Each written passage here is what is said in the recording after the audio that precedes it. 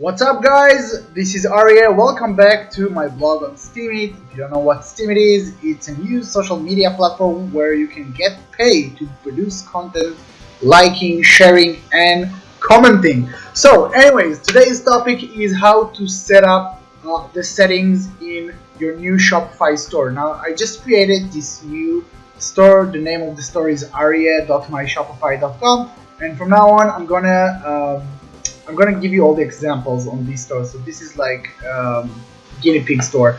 So anyways, once you created a new store, the first thing you want to go is to go over to settings and start, setting up your store. So let's start with the general settings. Great. So this is where you can change the store name. It doesn't really relevant because you already created it. I guess you don't really need to change that. And then you got the account email. This is the address that Shopify will contact you in case they need anything from you. And the customer email is where the address the customers see when they get emails from you.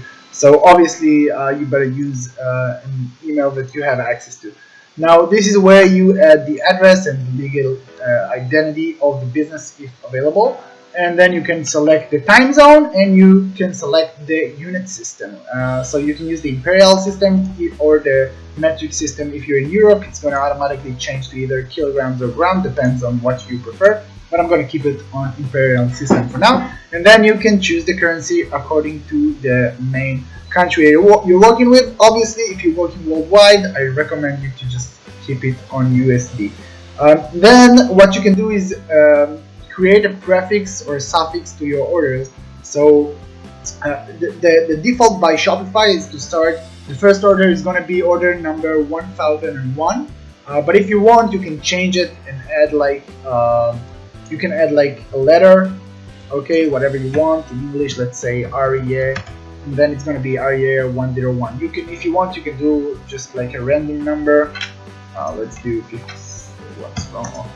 You can do 56, 1, and then it's gonna look like a big number of orders. You can do whatever you like here. I'm gonna just leave it empty and keep it in the default of Shopify. So let's save this for now, and let's go to the next metric right here.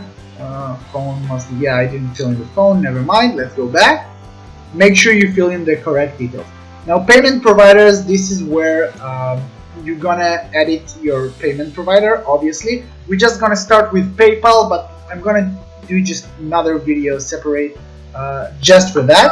Now the other thing you want to change in here is to change the payment authorization to automatically. This means that it's gonna automatically authorize every payment that's coming in, and then you can decide if you want to cancel it. But I think that's way better than manually going over every single order that is coming through. Now, yeah, I'm going to put the link in the description below about how setting up your PayPal account with Shopify, so you can watch that as well. Yeah, let's move on to the next part. Now, the checkout. So you want to choose accounts are optional, so people will be able to create an account in your store and then sign out, check out with the account. Now, as for primary contact method, I recommend you can keep it on both either SMS or email, so the customers can decide what is the primary contact information. If you want, you can just use emails or SMSs. Depends on the way you like to doing marketing later. But I use both, so it doesn't really matter. As for full name, just keep it on requires last name.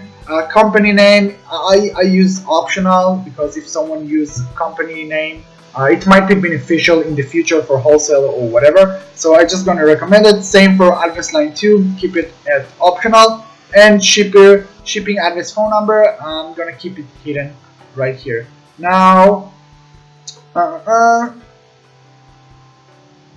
yeah, so we're going to keep this as default as well. And then for now, this is when to send an abandoned checkout email. At the beginning, I recommend you to do it just 1 hour later. But as soon as we're gonna configure out our abandoned cart system, we're gonna change it to never, because we're gonna have like a third-party app helping us with the emails.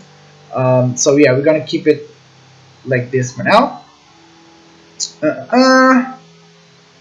Okay, so this is the most important part probably of this video. We're gonna click here. This is gonna make your email list way larger, way faster, because by default it's gonna let customer the checkbox of customers accepting email marketing during checkout is gonna be automatically checked, and then they need to cancel it in order to not get notified about sales and deals. So this is a great feature. I recommend you do it by default. After an order is being paid, automatically fulfill only gift cards. You can change it. It's not really relevant for now, but keep it this way. And then after an order is been fulfilled, you can automatically archive the order. That's great. Now, one more thing. The additional script, this is where we're gonna add the Google Analytics information, and we're also going to add the conversion tracking if you're using Google AdWords, but we're going to definitely do different videos about that. So once they're going to be ready, I'm going to add the link below. I don't know when you're watching it, but if you're watching it later, it might already be ready and in the description below. Now, as for the checkout language, you can manage the checkout language. I'm just going to assume you're using English, but if you don't, just click here and then you can change the entire checkout language. You can go over, it's like 5,000 lines. I'm going to just show you how it looks like. It's really long, but you can go over everything and then you can decide what you're going to, you can translate the entire checkout process to your language. Now, yeah, as for the policies, for the beginning, you can just click and generate the policies. It's very important for that you have these ready at your checkout. Otherwise, you might lose every dispute that's coming in. I recommend you to just go over it, read it, and see if you need to change anything. Maybe I'm going to do a separate video about the policies, but for now, it should be okay. Just read it one time. I know it's kind of bugging, but I recommend you do it at least once, understand your policies, and then you can hit save. Now, let's move on to the next part. After the checkout, we have the shipping. Now, I already had like another short blog post about shipping. I'm just gonna do like, I'm gonna show you how to do it real quick. The first thing you need to do is just, again, assuming you want to offer worldwide free shipping, what we're gonna do is just for the rest of the world, we're gonna edit the shipping methods, and now we're gonna delete the USPS and the DHL rates, and then we're just going to add price based. Now, what I recommend you do is just give the customers option for two shipping methods. One is the free shipping method, and the other one is the insured shipping method, where basically you just add like $2, and then they can either choose the free shipping or the insured shipping. Otherwise, you're not gonna put in risk your conversion rate. So let's just do worldwide free shipping. Worldwide free shipping, and then let's do it, I don't know, 20 to 40, let's do it 10 to 40 business days. And then the minimum, and it's free shipping. Now let's just set it up this way and add another rate for worldwide insured shipping. Now it's gonna stay the exact same thing, but the rate is gonna be let's say $1.99 or $2.99. You can test it out and see what's working for you. This is great. This is gonna just bounce up your average order size for nothing. People are actually choosing this all the time. Now, what I also recommend you do, never mind, just finish that. Now, let's do, where's the US? Let's just do US. Oh wait, just hit save. Now this is the rest of the world. The next thing we're about to do is go back and set the exact same thing for the US. Now you want to assume that Americans think that the store is American, so we're not gonna do free shipping to the US because they are already native speaking. We're just gonna do free shipping, and then the amount we're gonna delete the USPS calculated rates, and then we're gonna add price based, and we're gonna do free shipping, and then just do it like 7 to 21 business days. This is how much it takes for e-packet to arrive, and then just do free shipping. We're gonna copy that, and then add another rate for insured shipping. And let's do it again, 1.99. Now, yeah, that's the basic shipping, the way you want to do your basic shipping setup. But if you want, what I recommend you do, and this is a little more advanced, I don't want to do a different video, so I'm going to talk about it right now. I recommend you go, let's say, just go to AliExpress for 1 second. Let's say, let's just take a look at the random product. Let's say I want to see if this is like my best seller. I recommend you go over every single country and then do let's see, let's take this Bitcoin coin for example. Let's say I want to ship it to I don't know, Spain. So let's do e-packet and then see. So it's 20 to 40 days, 14 to 18 days. So what I'm gonna do, I'm gonna create, let's say, another rule for specifically for Spain, and just change the business days. This way, it's gonna be way better for your conversion rate. So just call it Spain. Let's say e-packet. 1 second, customers are calling, and then let's just do. Let's add Spain, for example. We're gonna do only Spain. Something is wrong. 1 second. Spain. Great. We're gonna add entire Spain, and then we're gonna add. Let's make sure we don't have the USPS price-based rate, and then we're gonna do free shipping to Spain. And then, how many business days is it? It's 14 to 18. So let's just do like, I don't know, 12 to 25. So we get the extra day.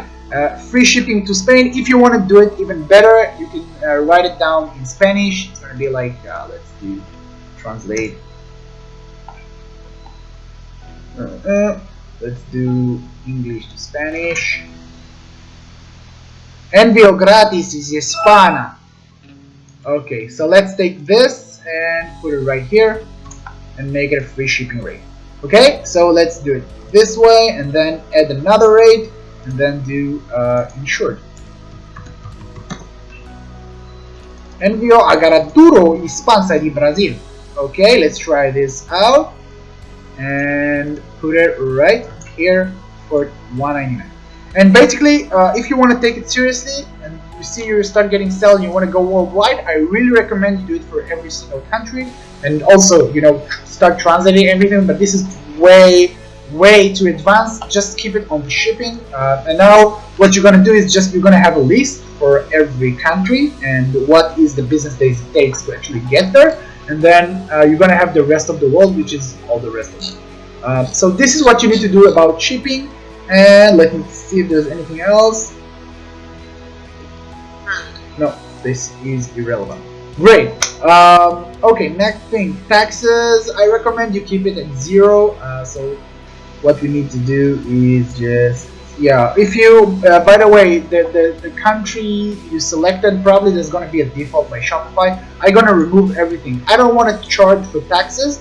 And I don't want to charge for shipping. I don't want to charge for anything that might come as a surprise to the customers. Just 1 second, it's my girlfriend. מאמי, אני באמצע וידאו, אפשר לחכות מפה? אין בעיה, אני ככה. סבבה. טוב, ביי. Excuse me, girl. Remove from phone. Sorry, my girlfriend is calling. I hope you didn't leave. Anyway, so yeah, I recommend never charge for anything that might surprise the customer and maybe may cause you in a lower conversion rate. So I just keep the taxes at 0. Gift cards, you don't really need to touch it. Let's go to notifications just so you know what it's all about. This is all the automatic notifications that customers get after completing an order or for any other reason. Now, there's only one thing you need to do at the moment for the beginning. I recommend you enable desktop notification. You just need to click here and then click allow. Now, every time you're gonna get a sale, you're gonna see this nice window coming up. It's very good for your own motivation. I recommend you enable that. Now let's see how it looks like. It's nice. You have 5 new orders. I recommend you do that. It's very nice and helps keeping you in the loop, especially at the beginning when you're not getting a lot of sales. Now the files part, this is where you upload images or whatever you want. There's nothing really interesting to see about it. Sales channels, at the moment it's irrelevant. I might gonna do a different video about it. The account, again, it's pretty much the same. And as for the billing, this is where you're filling the credit card or the way you want to pay for Shopify. So yeah, I think that's it for today. I'm gonna probably do some other videos about the things I spoke about so far. I hope you enjoyed it. If you did, make sure to share it, upvote it, I don't know, re-steam it, depends on wherever you're watching it. Thank you so much, and see you next time.